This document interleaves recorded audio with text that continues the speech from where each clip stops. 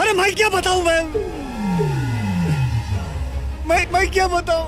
मैं क्या बताऊं በፈረንጆቹ 2007 ላይ ደግሞ ቡልቡላ የተሰኘው ፊልም ለእይታ ሲበቃ ዶክተር አዲክ ሽሪቫስተቭ በመሆን የሳይኮሎጂ ዶክተር ሆኖ ያሳየው ኮሚክ ታይሚንግ እና ቀልዶቹ በትክክል የተመሰከረለት ይህ አክተር ራሱ የፈለገ አስፈሪና ሲሪየስ የተባለ ካራክተር እንኳን ቢሰጠው በብቃቱና መልኩን እየቀያየረ በኮሚክ ታይሚንጉ ማንኛውንም ፊልም አስቂኝ ማድረግ ይችላል ተብሎ ተመሰከረለት። देखो दरिंदगी चेहरे से टपकती है नंबर 1 का कभी नहीं जी आंखें देखो नीयत में खोट साफ नजर आता है हवस से भरी हुई ግን ደግሞ በኮሜዲ ስራዎቹ ወርቃማ የሆነ ምርጥ ጊዜዎችን ካሳለፈ በኋላ በድጋሚ ማንነቱን ቀየረና ለየት ባለ ካራክተር በድንገት ሊመጣ ቻለ። ያም ደግሞ በደንብ ያሳየው ይህ ተዋናይ አንድ አክተር ብቻ ሳይሆን እንዲያውም ቦክስ ኦፊስ ላይ በደንብ መቆናጠጥ የሚችልና ከፍተኛ ብቃት ያለው አክተር እንደሆነ በደንብ አሳምኖበታል ወይም አረጋግጧል የተባለበት ስራ ሊሆን ቻለ።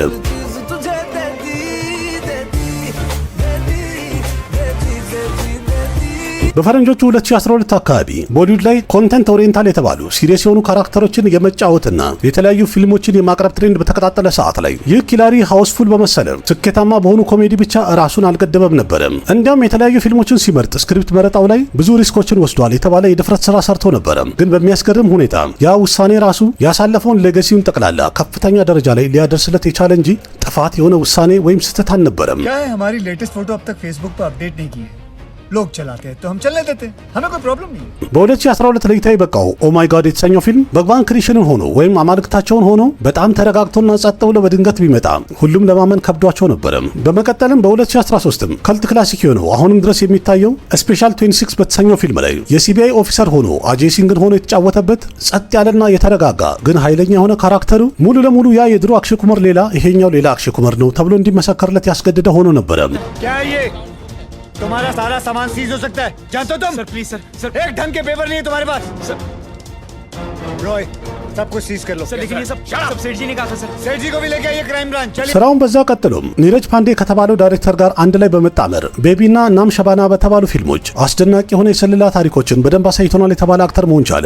በመቀጠል ደግሞ በ2016 ኤርሌፍትና ሩስተም የመሳሰሉ ፊልሞቹ በእውነተኛ ታሪክ ላይ ያጠነጠኑ የሚታወቁ ታሪኮችን ድንቅ አድርጎ በመተወኑ በህንድ ውስጥ ከፍተኛ ክብር የሚያሰጠውና ትልቅ ቦታ ያለውን ናሽናል አዋርድ የተባለውን ሽልማት ሊያሸልመው የቻለ ሲሆን ይህ አዋርድ ማለት በጣም ትልልቅ የሚባሉ ብዙ አክተሮች እድሜ ልካቸውን አንድ ጊዜ ባገኘ ነው ብለው የሚመኙት የሀገሪቱ ትልቅ አዋርድ ነው። मतलब बाजी जीतने से है फिर चाहे प्यादा कुर्बान हो या फिर रानी तेरे लिए दुनिया छोड़ दी है तुझ पे ही सांस आके रुके ግን ቦክስ ኦፊስ ላይ ትክክለኛ መብረቁን ሊጥልና ሊቀውጠው የቻለው ለገበያ የሚመቹ ወይም ኮሜርሻል የሚባሉ ሲኒማዎችን ሶሻል ሜሴጅ ያላቸው ወይም ለማህበራዊ መልእክት ያላቸው ታሪኮችን አንድ ላይ በማቀናጀትና በማዋዛት ለየት ያለ ሶሻል ክሩሴደር የሚባል ምርጥ ካራክተርን መፍጠር ቻለ። እነዛ ፊልሞቹ ደግሞ ከመንግስት ጀምሮ ትንንሽ ገጠር ውስጥ የሚኖር እያንዳንዱ ማህበረሰብ በደንብ የተዝናናበትና የወደደው ታሪኮች ሊሆኑ ቻሉ። पगली प्यार हो जाएगा हसमत पगली በአገሪቱ ስለ ሴቶች ደህንነትና እንዴት ከጥቃት እንከላከል እንጠብቃቸው የሚለው ርዕስ በተነሳ ሰዓት ላይ ቶይሌት ፕሬም ከታና ፓድማን የተሰኙ ፊልሞችን ይዞ በመምጣትና ለተመልካቹ በማቅረብ እነዛን ርዕሶች የትልቅ ስክሪን ወይም የሲኒማ ርዕስ ሊያደርጋቸው ቻለ። በህንድ ሀገር ውስጥ ስለዚህ ጉዳይ ለማውራት እንኳን ህዝቡ ያመነታል ይፈራል የሚባላቸውን ርዕሶች በአደባባይ ሁሉም እንዲታደመውና እንዲያዩ ማድረግ የቻለ ድንቅ አክተር መሆን ቻለ። I believe in big man, strong man, not making country strong.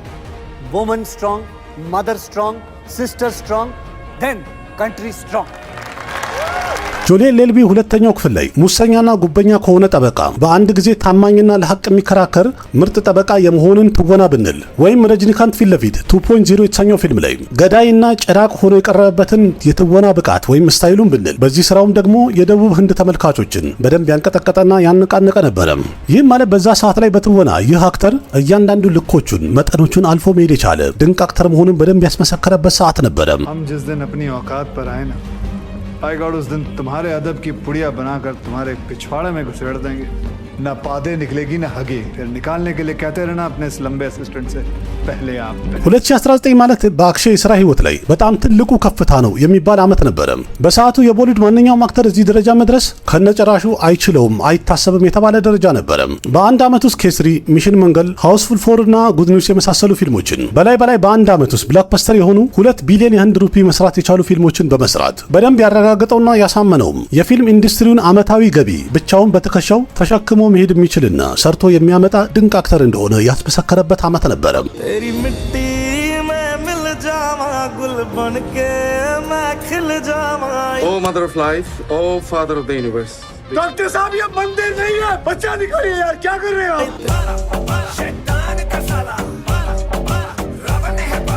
በመቀጠልም ኮሮና የተባለው ቫይረስ መላ ዓለምን ጸጥ ረጭ ባደረገ ሰዓት ወደ ሲኔማ ቤት አይደለም ህዝቡ ራሽን ለመገበያየት ወደ ገበያ ቦታ እንኳን መውጣት በፈራበት ሰዓት ላይ በ2019 ማለት ነው የህንድ ሲኔማ ማብቂያው ደረሰ የመጨረሻ ትንፋሹ ላይ ነው እየተባለ በነበረ ሰዓት ሮሂት ሼቲ ዳይሬክት ያደረገው ሱሪያወንሺ የተሰኘውን ፊልም ይዞ መጣና ሞቅ ባለ ትወናው ያ አበቃለት የተባለውን የሲኔማ ህይወት በድጋሚ ነፍስ የዘራለትና ያነቃቃ ድንቅ አክተር መሆን ቻለ።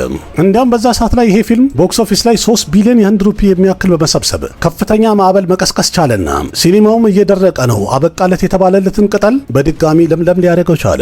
पब्लिक को मालूम है कौन आने वाला है सूर्यवंशी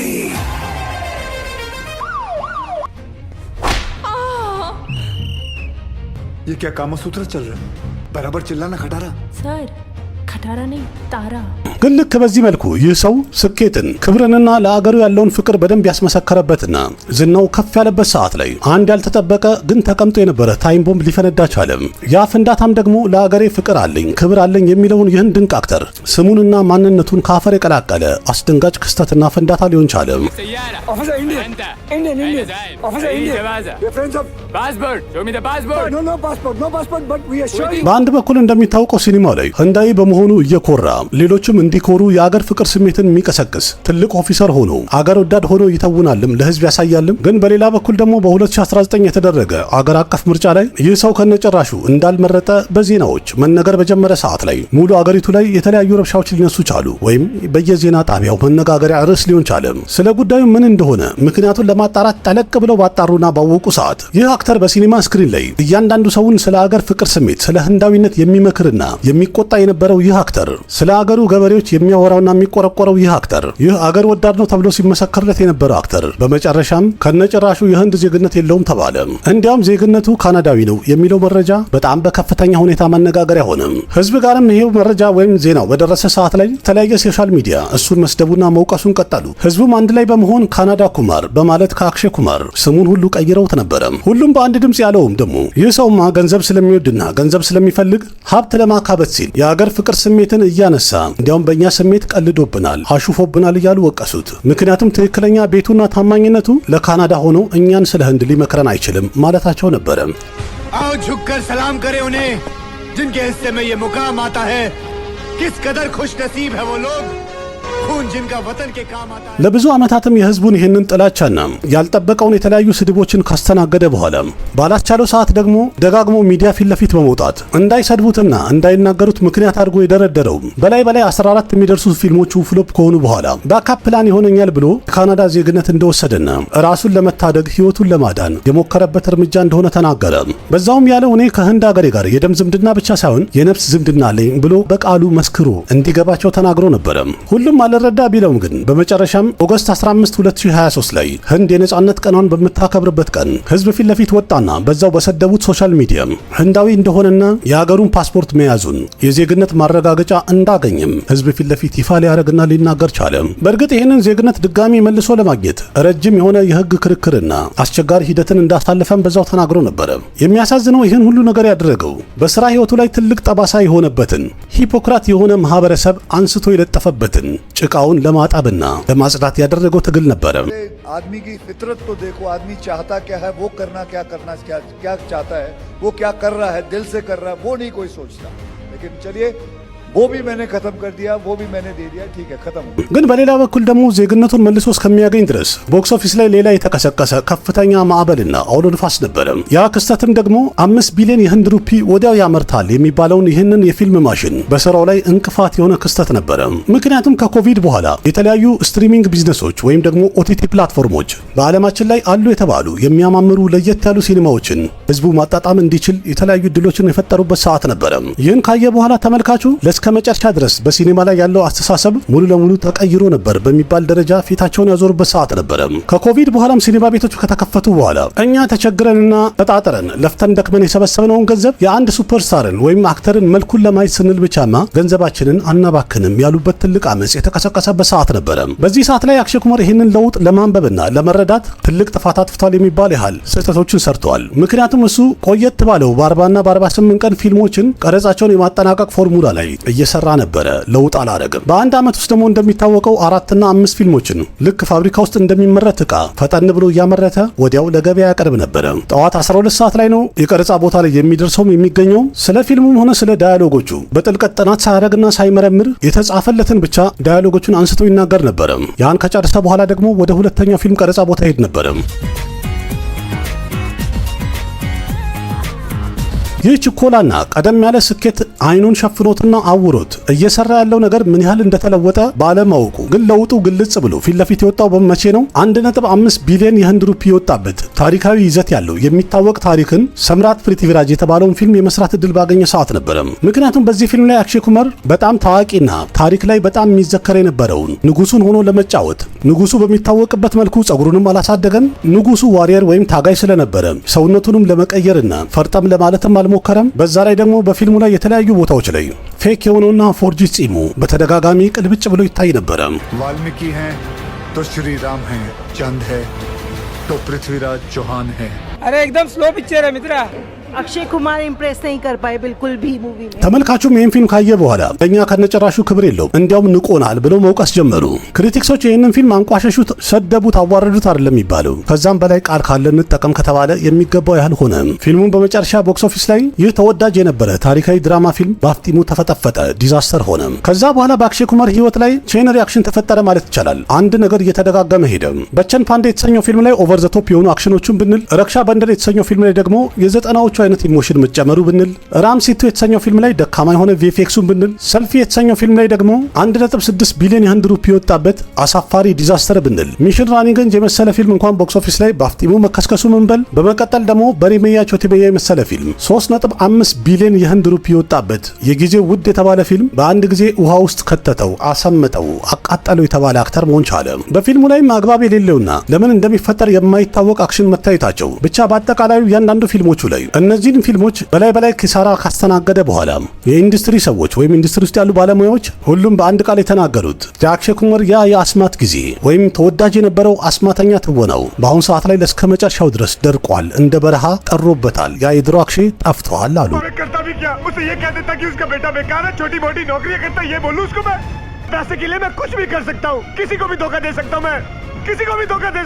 ቀደም ብሎ ይህ አክተር አንድ ፊልም ይሰራል ሲባል የተለያዩ ፕሮዲውሰሮች መጥተው በቢሊዮን የሚቆጠር የህንድ ሩፒ በስሙ ብቻ ለማውጣት ፈቃደኛ ሆኖ የነበረው ግን በተለያየ ምክንያት ስሙ ስለጠፋ ብቻ ሰርፊራና ኬልኬልሜ የመሰሉ ምርጥ ኮንቴንት ያላቸው ድንቅ ፊልሞችም እንኳን ቢያቀርብም ድንቅ ትወናውን በፊልሞቹ ላይ ቢያሳይም ሲኒማ ቤቱ ላይ ዝንብ ነው በብዛት የታየው። ሰው እንኳን በብዛት አልገባም ነበረ። ምክንያቱም ከበጀታቸው አኳያ ሲታይ 10 እና 15% ያህል ብቻ ነው መሰብሰብ የቻሉት ፊልሞቹ።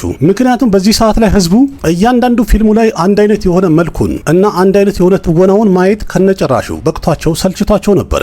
क्या हुआ? कौन मरा? वो कॉलबेल कंसल्ट करना चाहती है प्लास्टिक सर्जरी। እንደዛም ሆኖ ግን አክሼ ነውና ሽንፈቱን አላመነም። በ2025 ስካይ ፎርስ የተሰኘው ፊልም ምርጥ አድርጎ ሰራ። ቦክስ ኦፊስ ላይም ኦፕኒንግ ዴዩ አሪፍ ሆኖ ማሳለፍ ችሎ ነበር። በመቀጠልም ሃውስፉል 5 የተሰኘው ፊልም በመስራት ተመልካቹን ወደ ሲኒማ ቤት መሳብና መጎተት እንኳን ችሏል። በዛም ደግሞ ሞተ አበቃለት የተባለ ኢሜጁንና ማንነቱን ትንሽ እድሜ ማራዘሚያ የሰጠ ስራ ሊሆን ቻለ። ይህን ካየ በኋላም ደግሞ ህዝቡ እንደዚህ እንኳን ከመጣና ከተማመነብኝ ይህን የመጨረሻ እድል ግን የፈለገ ቢመጣ ከእጄ እንዲወጣ አላደርግም ብሎ የወሰነበት ሰዓት ደረሰ።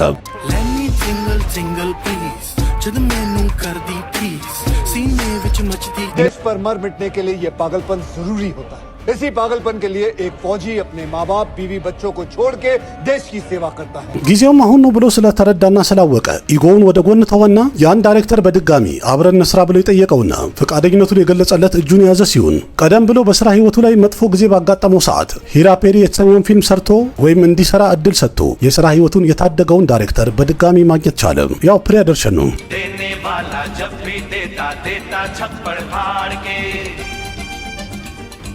በአሁኑ ሰዓት ላይ ለእይታ የበቃው ቡት መግላ የተሰኘው ፊልም እነዚህ ጥምረቶች ወይም ጥንዶች ከ14 ዓመት በኋላ ነው በድጋሚ የተጣመሩት። ሆረር ኮሜዲ ይዘት ያለው ቡት መግላ የተሰኘ ፊልም ይዘውልን መጥተዋል። ይህ ፊልም ለእይታ ሲበቃም ደግሞ ዱረንደርቱ ቀስቅሶት የነበረውን ማዕበልና ሱናሚ ለማለፍ በጣም በብልጠትና በአዋቂነት የሚለቁበትን ቀን አንድ ሳምንት ወደፊት በመግፋት ምርጥ ስራ ሰርተዋል የሚባል እርምጃ መራመድ ችለዋል። तुम्हें नहीं लगता कि भूत सच में होते हैं? घंटा होते हैं भूत सच में होते हैं।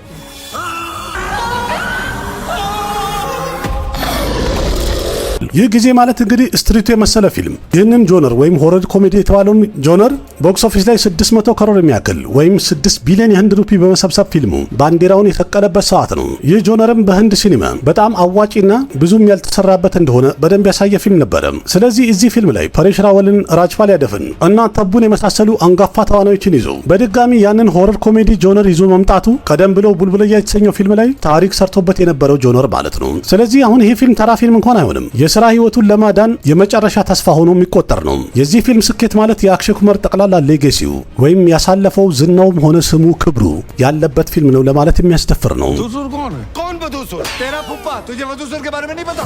क्या पैलेस मिला है? बकिंगम पैलेस से 2 कमरे कम होंगे बस।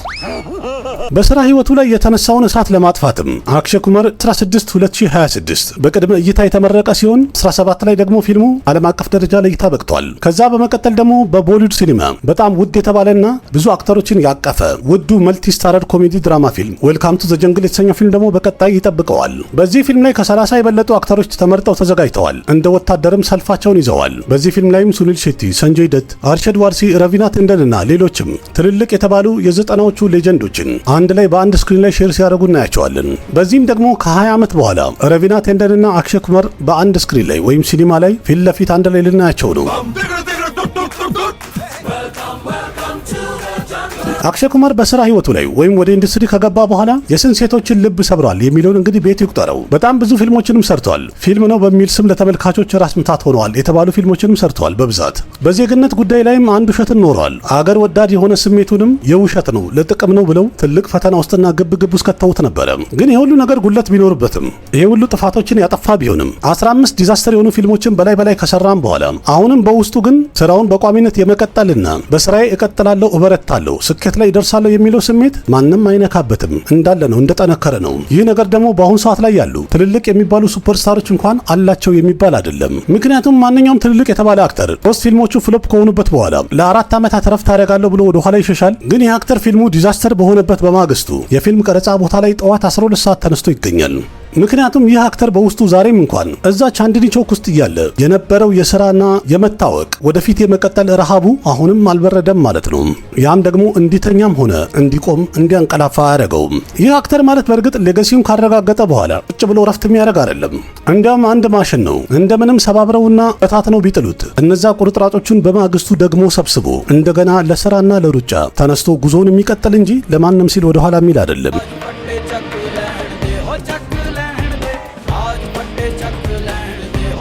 እና ውድ ቤተሰቦች ሁሉ ከሰማችሁና ካያችሁ በኋላ እናንተስ ምን ትላላችሁ?